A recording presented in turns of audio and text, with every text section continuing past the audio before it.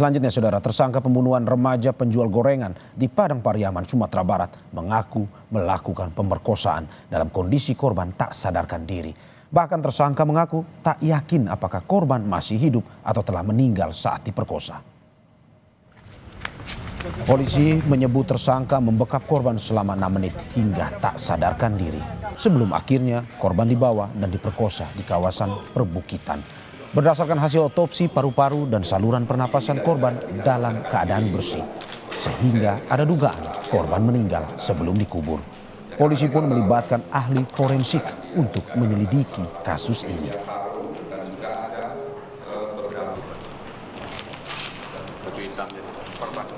Itu diduga kuat saat tidak sadarkan diri itulah.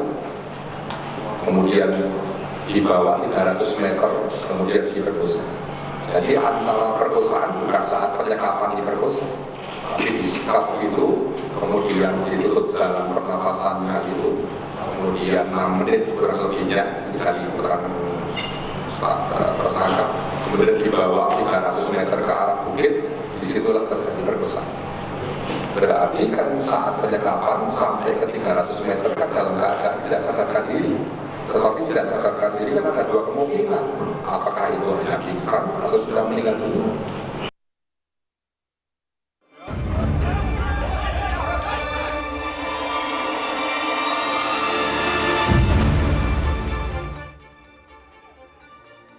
Usai pencarian panjang, polisi menangkap IS, tersangka pembunuhan gadis penjual gorengan di Padang Pariaman, Sumatera Barat. Usai menjadi buronan 11 hari, IS ditangkap dari persembunyiannya di atas loteng sebuah rumah kosong. Tepat tadi jam 3 sore, kami berhasil mengamankan dan menangkap tersangka yang sampai saat ini dicari, dan benar sesuai dengan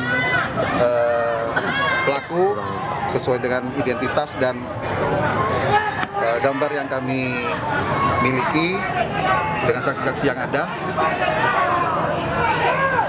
Untuk selanjutnya kami lakukan penyidikan. Hasil penyelidikan polisi terungkap motif tersangka membunuh karena berniat memperkosa korban. Awalnya tersangka ingin memperkosa korban usai membeli dagangan gorengan yang dijajakan korban. Namun aksi keji tersangka berujung membunuh korban. Atas perbuatannya, tersangka kini dijerat pasal pemerkosaan dan pembunuhan dengan ancaman maksimal hukuman mati atau seumur hidup. Bersangkutan hanya ingin memperkosa, bahkan tidak ada niat ingin membunuh.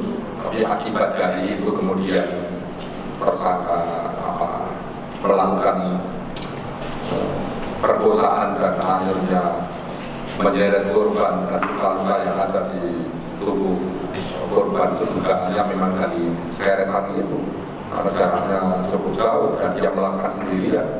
Itulah yang berakibat kematian. Saat ini polisi akan menyelidiki keterlibatan pihak lain selama pelarian tersangka 11 hari buron. Tersangka mengaku selama pelarian memenuhi kebutuhan logistik dengan uang sisa gaji sebesar Rp200.000 dari pekerjaannya sebagai tukang listrik. Tim Liputan Kompas TV.